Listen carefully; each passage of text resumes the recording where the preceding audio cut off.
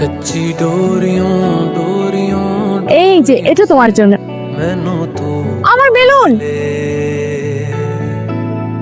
এবারে মাত্র যেন সময় পেলো না আয় হ্যাঁ ওরা তো ফেরিস হুইলের কাছে চলে গেছে এখন কি করব এরা এখন চালু করতে বলছিল আল্লাহর নামে এটা চাইবা দেই। এটা উপরে উঠতেছে কেন? কেউ আমাকে নিচে নামাও।